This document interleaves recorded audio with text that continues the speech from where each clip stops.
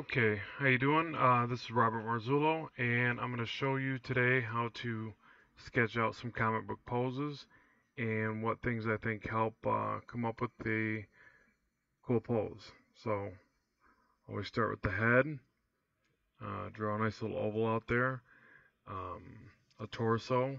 I do kind of a three-part sometimes. I take different techniques depending on what I'm drawing, but we'll do a three-part. So we do the head, torso shape, and pelvis, and just keep the shapes kind of basic right there. Another way to do that is to almost immediately draw the direction of the vertebrae.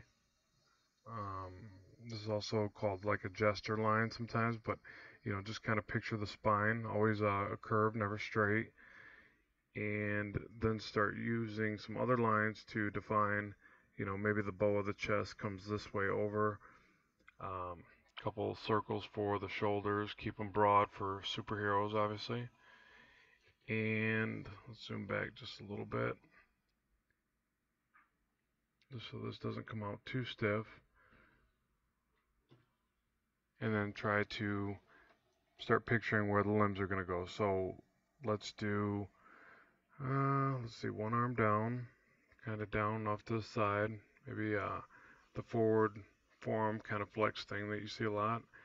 Always show the shapes kind of broke open. So like if there's the wrist, where the wrist is going to end, do that circle so that now it kind of points in your mind's eye that that's coming out this way, and there's the opening, and then, connect those, start off with cylinders if that works well for you. So cylinder here, show the opening, another cylinder here, the connection, and you can kind of see how it starts to come out, and then out this way. Um, but just as a loose description of what you're getting ready to do. If you follow this too much, you come up with a real stiff character, and I have that problem myself. So that's why I'm saying that. You gotta think very loose and fluid if you want these things to come out nice and appeal. So let's see. So now the other arm, let's do like the kind of stiff thing, but where it comes out, elbow up, flexed hand, and then I always do the hand as a wedge. This is where, obviously kind of the fingers would go, thumb here, something like that. But I'm just kind of roughing this right now, not really committed to any of this. Your cylinder shape method, like that. Always try to do this one as a cylinder that starts thicker here and thins out there. Helps me for the next step of the drawing. The shoulder, and remember, parts like this, you can always draw through to get a better perception of what's going to happen there. But remember that, for good foreshortening, um, shapes have to cover other shapes, and that's what gives you a very more realistic look that, this thing's receding into space, and that, you got a good idea of anatomy when, like this shoulder right here, probably only going to see, a little top section of it there. You're not going to see much. Um, and I read somewhere that your right brain, is it right or left? I'm sorry. I want to say your right brain, no, your left brain. Your right's more creative side. Your left side of your brain is trying to always tell you to, you know, draw each piece into that drawing. It's something about that side of your brain tells you to, well, it's there. It's supposed to be there. Draw it in here. And you got to retrain yourself to think, no, it's there, but it's not visible here. Light covers that. Another object covers that, and that's where more dynamic drawing shows because you're able to see that and think past it, and you know your creativity can develop that better. Um, okay, I'm getting ahead of myself and filling in details I shouldn't be. So define your torso. Seen people draw torsos all different ways, and this is comic drawing, so this isn't going to come out like if I was drawing from life. If I was drawing from life, I'd be looking at a picture right now. I'd be going a lot slower, but it'd look a lot more realistic. This is animated comic illustration is what I lean towards. Okay, now leg posture, and I always suck at this, so bear with me. Um, you know, and know your proportions. I don't. I like to draw visually what looks cool to me. Maybe I'm a little lazy there, but you know, you get your standards of 8 heads tall, you know, so you can sit here and kind of do one of these diagrams and measure the 8 heads, boom, boom, boom, boom, all the way down like that. I think there's another one from hip to knee is equivalent to, I want to say from hip to shoulder, right in there. Um, and then obviously, you know, expand upon that when you're doing animated. It's, you know, you could go just crazy with that. Any one of these proportions could shift based on just what you think looks cool. So keep that in mind. But all right, so zoom on a little more, running out of paper. And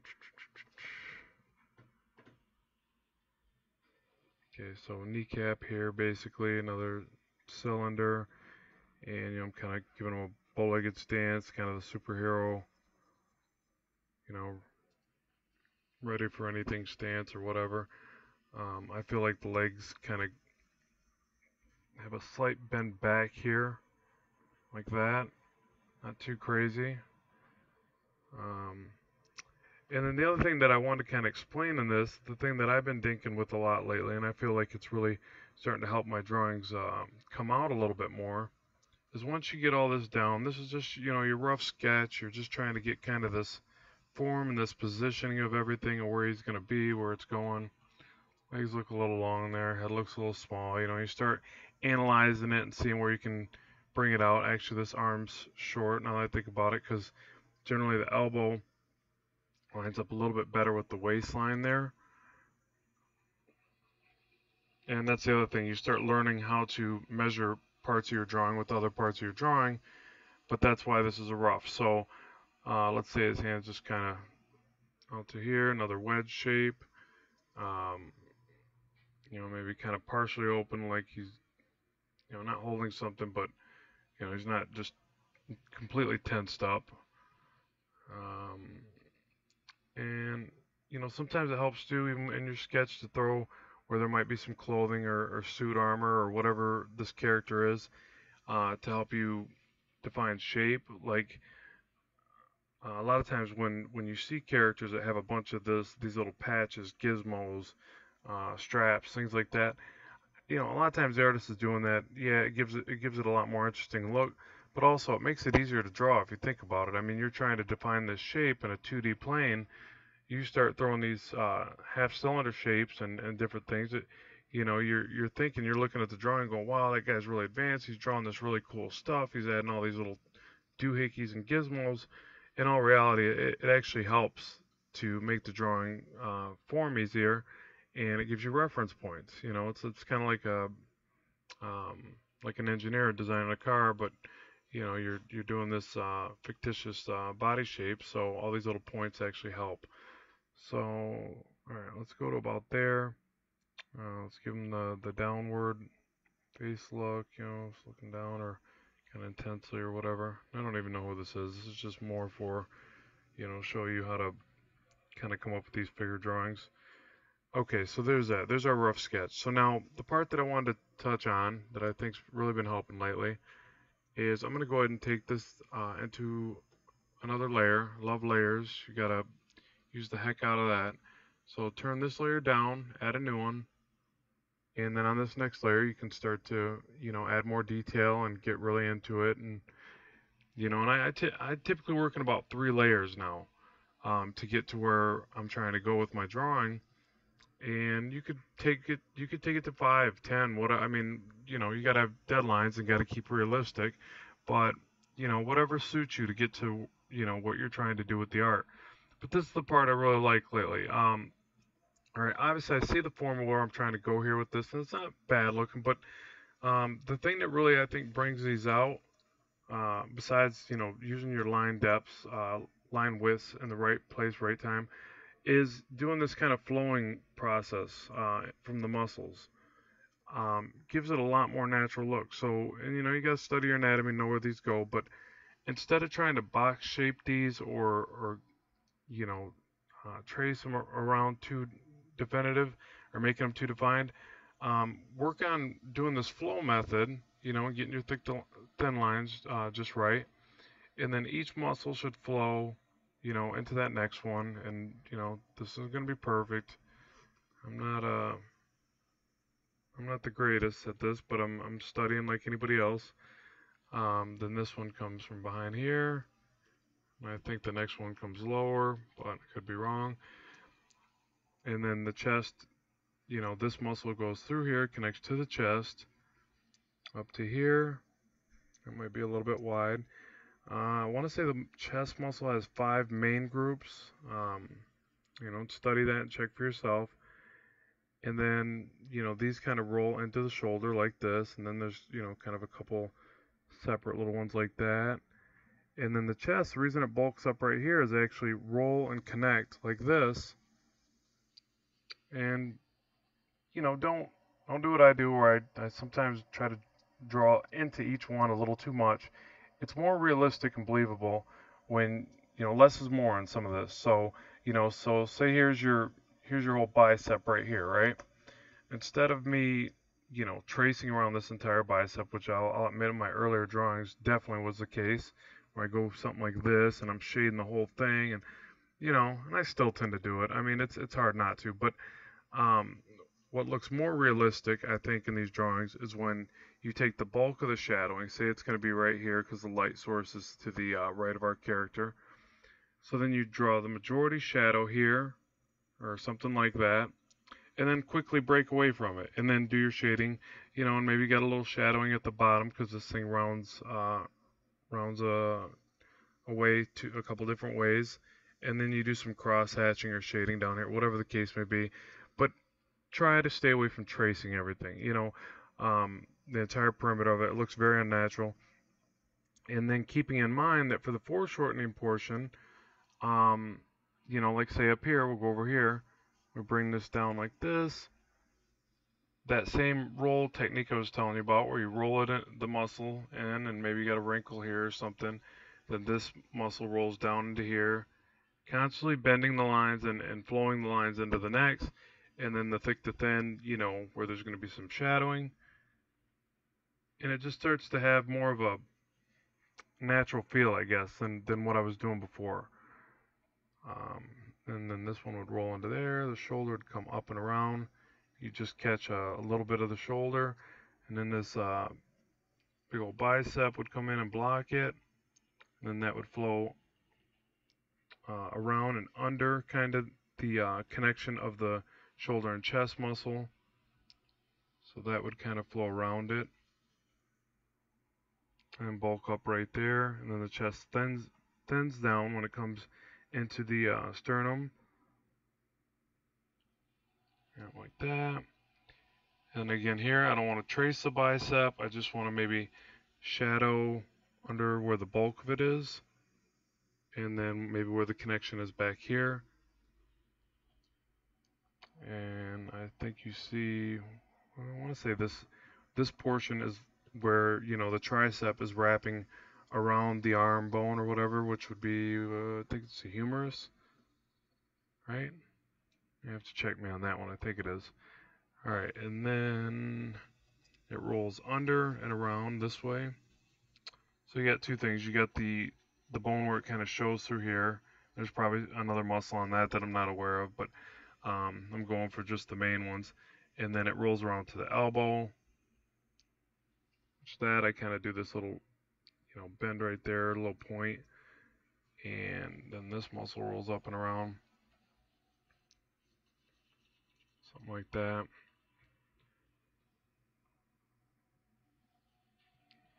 And this one comes up and around, and then this actually goes around the neck to the back. So you want to keep that in mind. You want to kind of envision all these muscle shapes when they're going to where they're going. Oh, excuse the beep there. Got some laundry going in the background. Multitasking. Okay, so kind of envision the starting point and the ending point, and then wrapping and flowing around that. And if you envision that while you're drawing it, it's going to come through in your drawing a little bit. And the big old jaw. Again, I still have no clue as to this is. This is more the, just trying to show people what I do when I go through and draw this stuff, what I'm thinking, and if that helps. I just like to give back because I've learned so much from various artists that I'm really into. People like, well, I never obviously got to meet these people, but like Byrne Hogarth, um, his books have been just tremendous. I think that's a must-have for anybody that's serious about drawing comics and just drawing in general, really. But definitely comic illustration and dynamic poses, lighting. Yeah, must-have. I definitely check into those. Um, Mainly because the way he explains it is, it's very in depth. So, maybe a little too in depth for beginners, but you can backpedal it from there and see what portion, pick and pull from what you think really applies to what you want to know. And always do this typical shading right there. Makes it look like the chest is out a little bit more. And then, put some shading under here. Start popping out these shapes.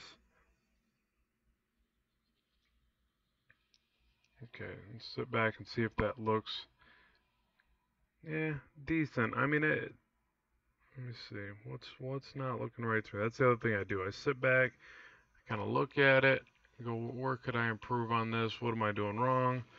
Do I need to look at some reference?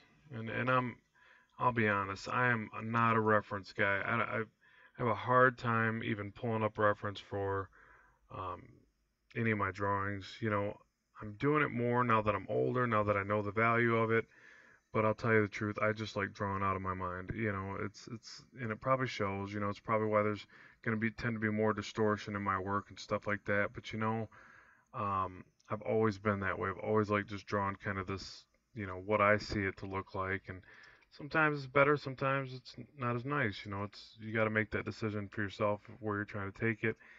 And the response from your fans and what they're saying. Hey man, this is cool, but man, he's got a weird shape hand or this and that. You didn't do the hand right. You didn't do the, chest right. And so you got to listen to that and see if, you don't want to not attract people to your work because it's that far out of whack. But sometimes I think it's cool to do though. I think you got to do a little of both. And the other thing is make sure that you shade, like, all right, say I'm shading this arm. Here's my light source coming this way. And, shade this. First, you want to look at this whole arm like it's one big shape. Okay, so you go like this, maybe. Boom, boom, boom. There, okay. So you kind of keep that line that I just drew in mind. But then also, obviously, you want some of these details to show through. So what you do is you're going to shade those down. And then every now and then, there's maybe a secondary light that hits the back of the tricep here. The back of, I actually don't know the name of that muscle, but the back of here, the back of the ones that pop from under there, the forearm muscles, and then a little bit larger highlight that comes around the back edge here. So, like for instance, I would probably do the second light. I'll write that right on here. Second light, up angle. Okay, maybe it's a bounce light. Light bounces and transmits off everything. So then what would happen is by the time I'm done drawing this or my finished product or rendition that I'm coming into here, I would take and keep in mind when I'm drawing this that, okay, I got my one larger shadow that shadows this entire area here. Here, comes up on here, maybe blocks most of entirely this.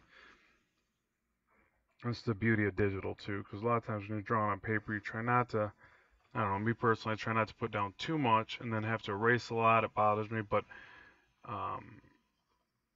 digital, you do not have to worry about that. So that's one nice thing, and we're saving the trees. Go green. Okay, so right here. So you get this kind of shaded out like this, and this is, that's not perfect, but you get the idea. And then what happens, that secondary light, let's say this is all filled in, something like that, without doing any of my cross hatching and shading like that. And then, take like a white, and then think of the secondary light coming in here and hitting the, the bottom of these muscle groups, and it starts building more depth. And then like on the larger part, it's going to be a larger light source. So that's where the bulk of the light's hitting. So you might actually bring this pretty far up to really make it look rounded, and then it breaks off, to smaller pieces as it comes around the arm, around the form. That. A little bit back here on the bottom of that tricep, and so on. And then, you also keep in mind when you're doing the shadowing that if there is a second light source here, well, then it's probably going to cast a little bit of a shadow from this arm portion up onto this part of the bicep. So just like that, that's how you get 2-point lighting. This is obviously still real murky and sketched out, but I just, I'm going to end up inking this myself, so I just give myself, hints and clues, and then, also come back and refine this in the second and third layers that I'm going to do. So, there's that. And yeah, that's how you're going to keep a secondary light source going. Now, up here, if that light is truly coming from down here, then the bulk of the shadow is going to end up here, okay?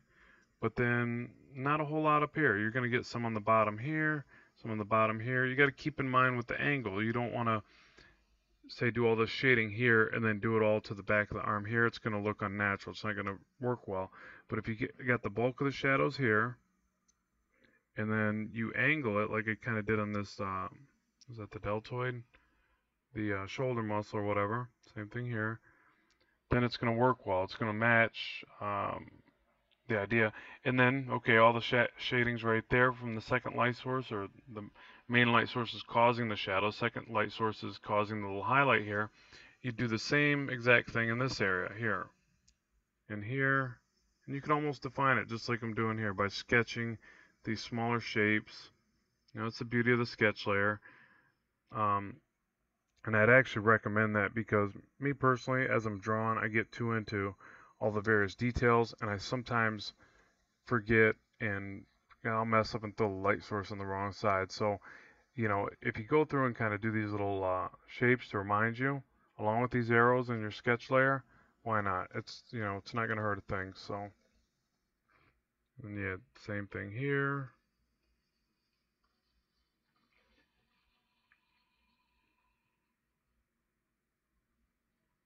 So yeah, so I don't want to get off point. The main reason why I wanted to show this video, it wasn't to do a full rendition drawing. I'm not going to carry this through all the way through like that.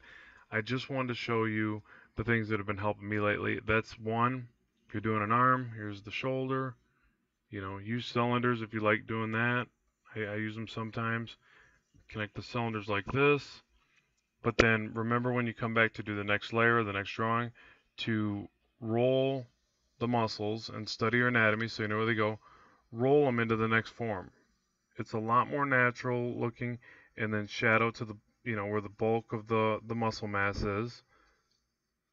And it's easy. It's actually kind of addicting lately. Like I want to keep doing this over and over again to get a very real and natural look. And study my anatomy more so I know exactly where these go. And also, just so you know, the shoulder here does this kind of loop effect around the other, and you can kind of see it just in your standard drawings. But if you're ever struggling with shoulders and you're doing this stuff, oh, shoulder's a circle and there's just muscles coming around this circle and it looks like a pumpkin. Yeah, don't do that. Bad. Just get rid of that idea. It goes around this one. It thins down into here, then the other muscles start to take over and round around it, and then the shoulder, think of the shoulder and the chest as one unified kind of muscle, not with that many lines in it, and then that wraps around like so. All right, and then this one starts to take over and then wraps around the form, and then it actually starts off to the side here, wraps around and over and down, like this. It loops over. And these come from underneath. Then you see a little bit of the bone right there. And then that other muscle is larger and just kind of hangs around and down and around there. And your wrist kind of breaks back into this way. And it gets thinner, then thicker to the hand. There's that.